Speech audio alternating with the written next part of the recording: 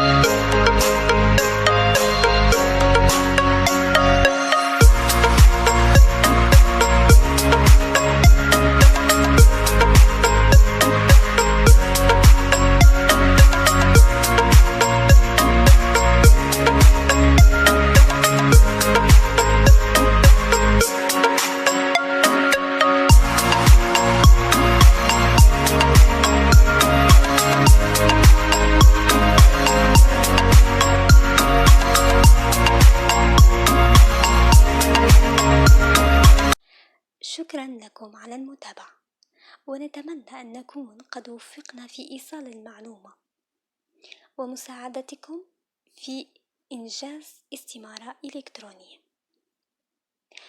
وسيكون الفيديو القادم بإذن الله كيفية الولوج لمنصة التعليم عن بعد جامعة باتنا واحد.